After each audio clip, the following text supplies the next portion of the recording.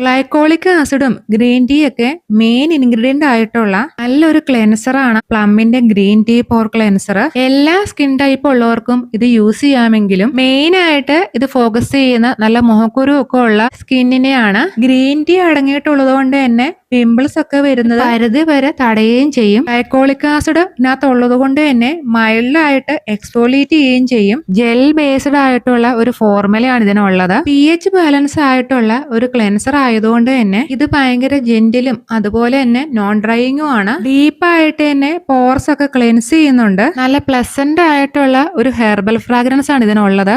ചെറിയ മൈക്രോബീഡ്സ് അടങ്ങിയിട്ടുള്ളത് കൊണ്ട് തന്നെ മൈൽഡ് ആയിട്ട് എക്സ്ഫോളിയേറ്റ് ചെയ്യും.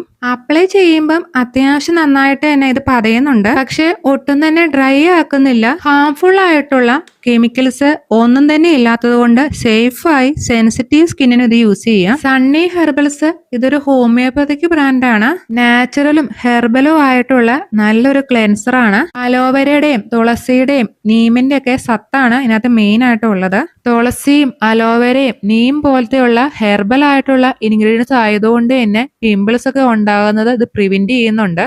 ഇതിന്റെ ടെക്സ്ചർ ജെൽ ഫോം ആണ്. അതോടൊപ്പം നല്ലൊരു ഹെർബൽ ഫ്രാഗ്രൻസും ഉണ്ട്. ഓയിലി ആയിട്ടുള്ള ആക്നെ പ്രോൺ സ്കിന്നിനും ഇത് സൂട്ടബിൾ ആണ്. നല്ല ഡ്രൈ സ്കിൻ ഉള്ളവരാണെങ്കിൽ ഇത് അപ്ലൈ ചെയ്ത് കഴിഞ്ഞ് നല്ലൊരു മോയ്സ്ചറൈസർ യൂസ് ചെയ്യണം. എക്സസ് ആയുള്ള ഓയിലൊക്കെ റിമൂവ് ചെയ്ത് ഫേസ് നന്നായിട്ട് ക്ലീൻ ചെയ്യും. ഇത് നാച്ചുറലും ഹെർബൽ ഒക്കെ ആയതുകൊണ്ട് തന്നെ ഇത് സേഫും അതുപോലെ തന്നെ അത്യാവശ്യം എഫക്റ്റീവും ആണ്.